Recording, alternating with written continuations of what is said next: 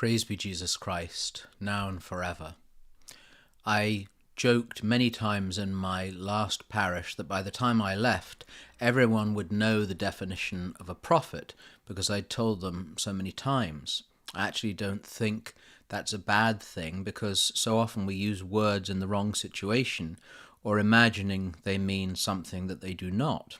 We do not, as Humpty Dumpty said, use words to mean whatever we want them to mean, or we shouldn't. I've also explained the meaning of prophecy in these nuggets a few times, and I'll do it again, in particular because of the passage of Scripture that has inspired me this week. Remember, a prophet speaks the mind of God. That may or may not include speaking of the future, but it's not fortune-telling or reading the tea leaves. Once more again, as I've said, I think the great Monsignor Ronald Knox gave the greatest definition. A prophet sees the evils of the day with a clear eye. With that in mind, we can turn to our thought for the week.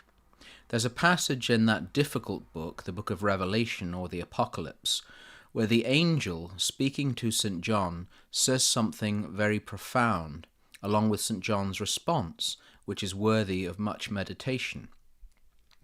The angel tells St. John, "Write this, Blessed are those who are called to the wedding feast of the Lamb. These are the true words of God." John, we are told, falls on his face to worship the angel, who rebukes him, saying, "Do not do it. I am a fellow servant of yours and of your brothers, all those who hold to the truth that Jesus revealed." John then adds, "For the truth that Jesus revealed is what inspires the prophets." A couple of nuggets there. Worship is the preeminent duty of the Christian. Before all else, the Lord told us what the first and greatest commandment is. The second, he said, is like unto it, but the first is worshipping the Lord our God.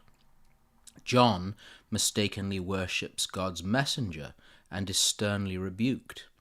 Whenever or whoever or however we put someone in God's preeminent position, in the church with the cult of personality, or in the world with the cult of celebrity, we're essentially worshipping an idol, because the word cult comes from the word which means worship. There's much of that around today. All God's messengers are just that, God's messengers, servants of the truth, nothing more, nothing less. What of that last line? For the truth that Jesus revealed is what inspires the prophets. That's rich fodder. All the prophets before the Incarnation, and all those who have spoken the mind of God since, have been inspired by the truth that Jesus revealed. When someone speaks of the innate dignity of the human person, of life in the womb, of natural death, they're inspired by the truth that Jesus revealed. And let us not forget the critical point in this time of baptismal renewal. We are all baptized with a prophetic call, as with a priestly and kingly role. Let us seek the truth, be inspired by the truth, and speak the truth, inspired by He who is the truth. Brethren, be sober, be vigilant, because your adversary the devil, like a roaring lion, walketh about, seeking whom he may devour.